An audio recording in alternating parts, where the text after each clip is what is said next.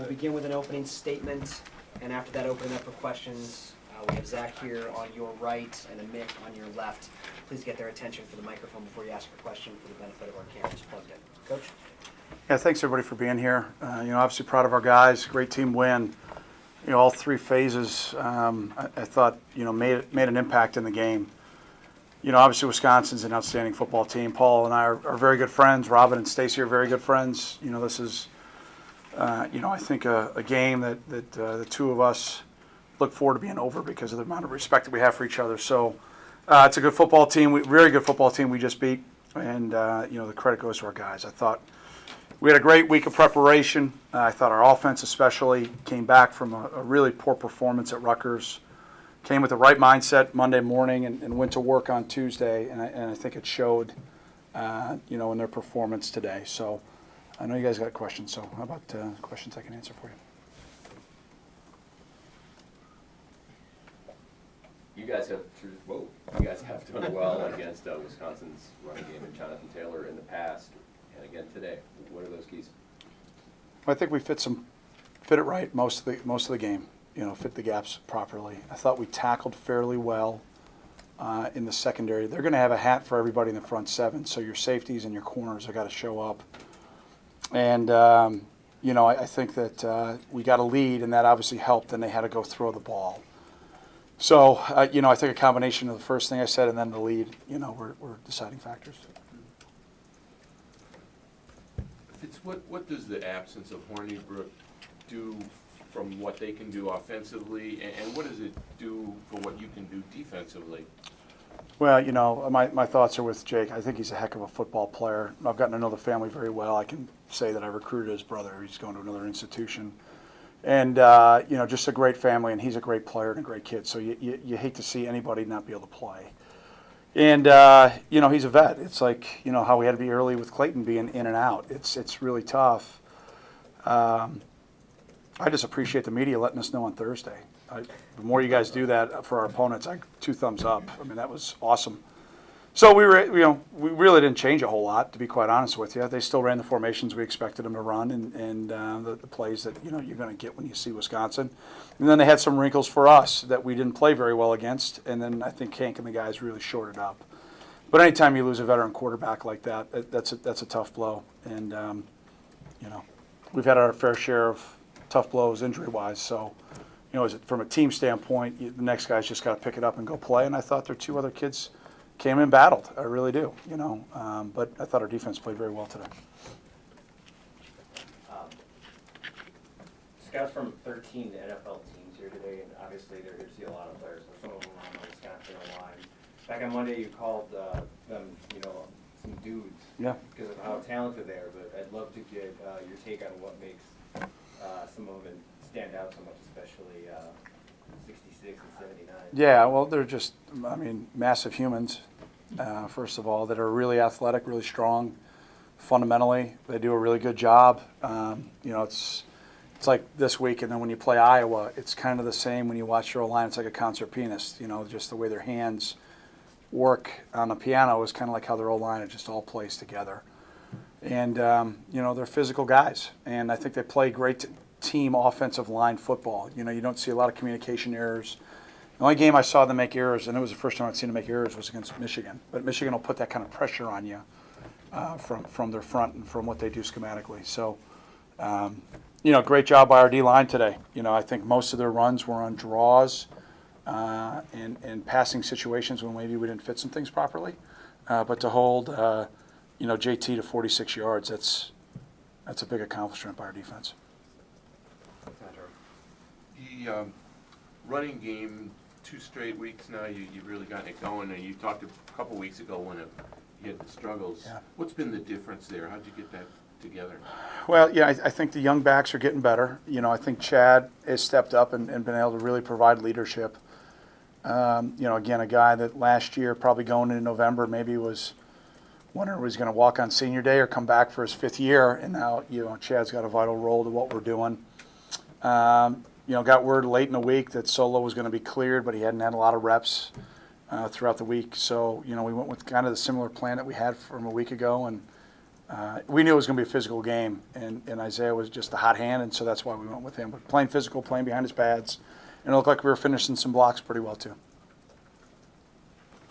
Dodger has 34 carries. Can you talk about the decision of him that much and how you respond to that, especially at the end of the game? Yeah, he'll be sore tomorrow. I think the whole squad will be. That's the type of game we're playing in here for the rest of the season. Yeah, I mean, we got to run the ball down the stretch, and I thought he just ran real physical, and we had some. I think it looked like some really good blocks at the point of attack, but he had to run through some things, and he did. Just in general, how good do you feel about where your team's at after this game, especially coming off 2 tight wins and now a tough one coming up? Well, I'll worry about that tomorrow if that's okay. I think our team is starting to improve. I think we're growing up. There was some growing pains there early. It was painfully obvious to watch, but I think these guys have had faith.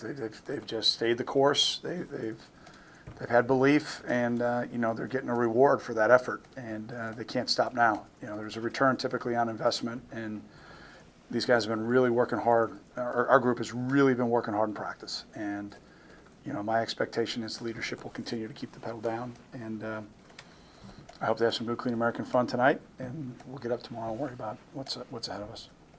Follow up that a little bit.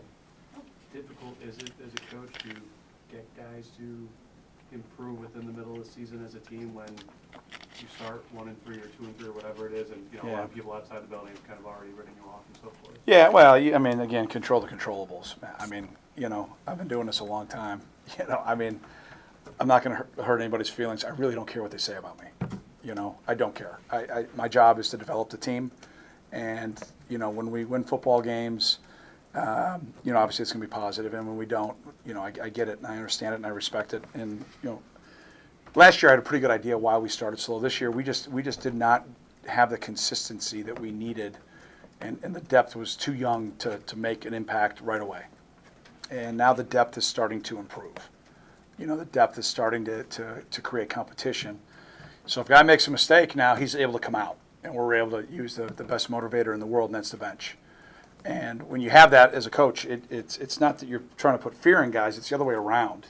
It's that you've got to earn the privilege and the right to be on the field. And when you don't perform to your best of your ability, is it schematic? Is it what we're teaching you fundamentally? Or are you not executing what we're asking you to do? And when it's on the third end, then you need to see my friend called the bench. And when you have that type of ability, I think guys learn a little bit quicker. And, I'm really proud of some of our older guys. J.B. Butler to me stands out. He's a guy that maybe had a tough play, but he's been in a little bit of a funk, and I think he's coming out of it.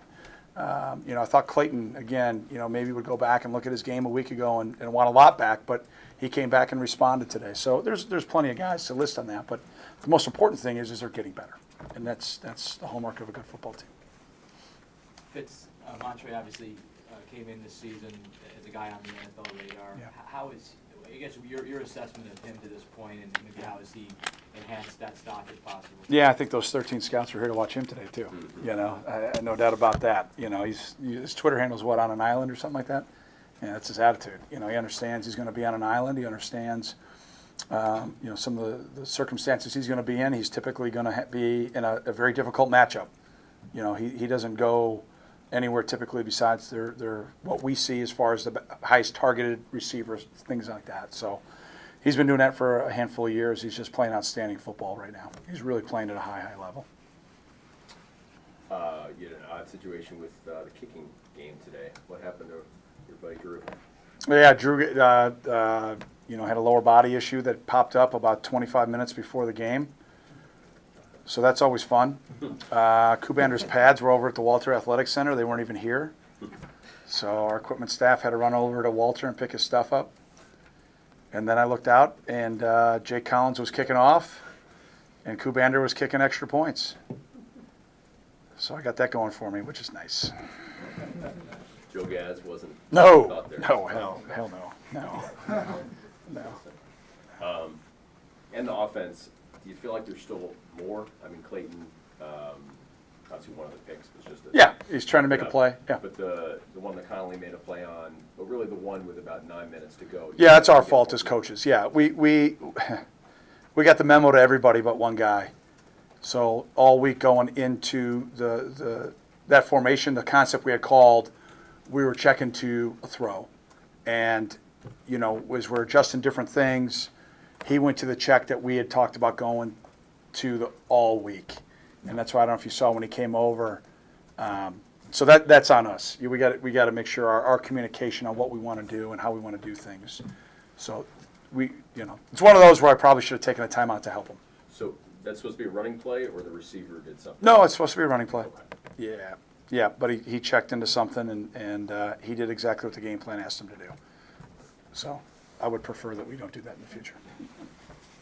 Fitz, you talked about Bowser and going with the hot hand Yeah. and got all the carries, but is he emerging as a guy that's going to get more carries moving forward? Is it just going to be week to week, whoever's hot? We'll see how the weeks progress, Louis. I'm never going to say never. I didn't think Kubander was going to kick today. You know what I mean? I don't know. I can't crystal ball and probably look ahead. I mean, he's earning that, and as he continues to earn that, his role will be appropriate, and based on, the yardage and the outcome, without a doubt, he played very well, and he played very well last week. So we'll see how things progress. But he's playing really well, and he had his whole high school coaching staff here today, and I just saw his grade school coach. Pretty good deal for a young pup. Do you like the idea of having this little non-conference game next week? Well, I think from a standpoint of the way scheduling is right now, it's really difficult to schedule games. And where this game fell, we obviously played in South Bend a few years back, but it only fell for them in this window and for us in this window. And, I think from a standpoint of our football team right now, I think we're an improving squad. I think we're getting better. I think we're a team that's embracing what it takes to do that. And our focus has really obviously been on us. Now this week we'll step out of conference play, and the focus will be on the other team. I'm already writing the story, you know what I mean? And so that's fine. We'll just get ready to play and see if we can go play a good football game. Pat, how much better can your defense get, and how do you feel about it right now? Yeah, I think we can get a lot better. I think we missed way too many tackles today. We had some chances for some 0 or negative yard gains that we missed tackles. The good news is we're being aggressive in attacking. The bad news is it looked like we were dropping our head. Again, they got really good backs, so I don't want to minimize their players. But we kept it inside and in front, which we hadn't done earlier in the year. We're doing a better job of that. We're getting pretty good pass rush with our front four, and we're playing a lot of guys. There's a lot of guys filling different roles. That kind of goes back to what I said earlier to Matt. I mean, we're getting more production out of our younger players that haven't played a lot, and because of that now we're able to put them into some roles. Travis Willock getting out there a little bit, Cam Ruiz getting out there a little bit more. It was great to have Nate back. Ernest Brown now starting to come into his own a little bit. Those are Gallagher's been there all year as a sophomore. Trey Williams, again, a young first-time starter. It's good to see. And J.R. Pace, everybody takes for granted, but he's only a sophomore. So, we got a lot of young guys on that side of the ball, and I just think they're just working real hard to get better. And that's all I can ask of them.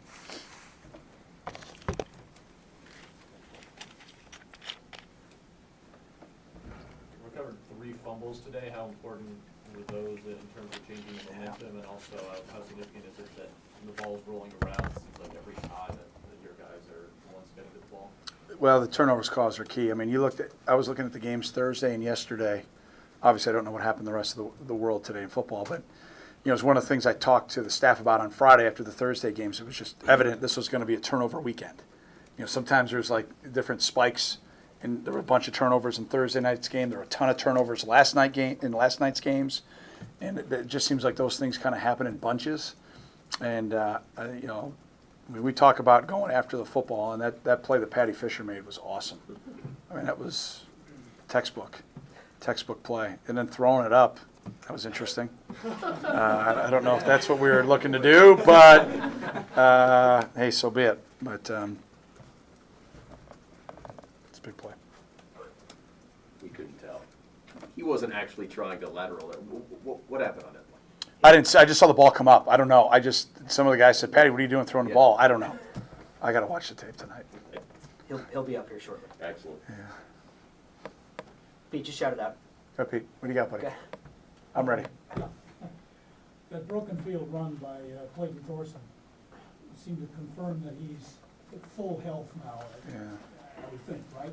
Yeah, two of those plays, two big scrambles, you know, when they're playing man-free and overload pressure into one, obviously explosive run, and then the one touchdown run. Similar type situation where, you know, that's, you know, a year ago when we got to 3rd and 7+, you know, the Badgers had a party in our backfield up there in Madison. I mean, we were unable to protect. It's also with Rashawn. I mean, we're looking at the tape and, you know, JT's playing right tackle, Rashawn's playing tackle. You know, we were a very different team this time last year when we played each other. And to see the way I thought our O-line protected for the most part today, especially in those third down situations, was very encouraging. Okay, thanks, Coach. All right, thanks. Have a great night.